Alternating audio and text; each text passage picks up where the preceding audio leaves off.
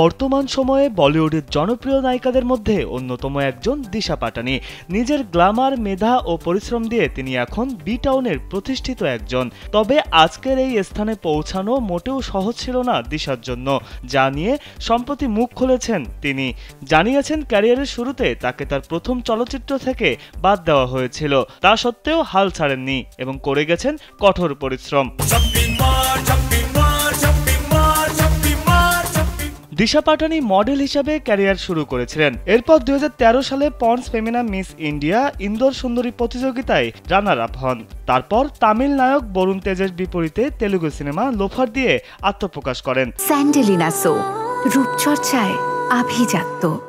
এরপর 2016 সালে বলিউড তারকা টাইগার শ্রফের সঙ্গে মিউজিক ভিডিও এবং সুশান্ত সিং রাজপুতের সঙ্গে MS Dhoni the untold story চলচ্চিত্রে অভিনয় করার পর তাকে আর তাকাতে হয়নি পেছনে ফিরে।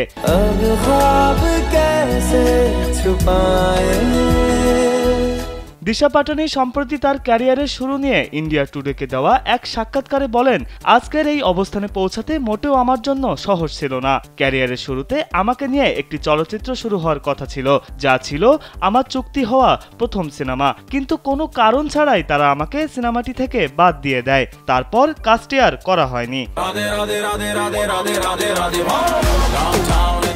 এই ঘটনার পর ভেঙে না পড়ে দিশা কঠোর পরিশ্রমের পথ বেছে নেন, যা নিয়ে তিনি আরো বলেন, তারা আমাকে বাদ দেওয়ার পর আমি কিছুটা ব্যথিত হই, তবে ভেঙে পড়িনি। এরপর মানসিক শক্তি আরো বৃদ্ধি করে নতুনভাবে এগিয়ে যাওয়ার পরিকল্পনা করি। নিজের ঘর ছাড়ার গল্প এবং আর্থিক অসচ্ছলতা নিয়ে দিশা আরও বলেন, মুম্বাইতে আমি একা ছিলাম, নিজের অর্থ উপার্জন করতাম এবং পরিবারের কারো কাছে অর্থ চাইনি। মুম্বাইয়ে মাত্র 500 টাকা নিয়ে এসেছিলাম এবং একটা সময় আমার অর্থও শেষ হয়ে যায়। অনেক অডিশন দিয়েছি, বিশেষ করে টিভিসিতে, কারণ একটা চাপ ছিল যে এই মাসে কাজ না পেলে ঘর ভাড়া দিতে পারবো না। কিন্তু আমি হাল ছাড়ার পাত্রী নই, তাই এর শেষ দেখতে কঠিন পরিশ্রম শুরু করি। সেই পরিশ্রমই আজ আমাকে এই স্থানে নিয়ে এসেছে।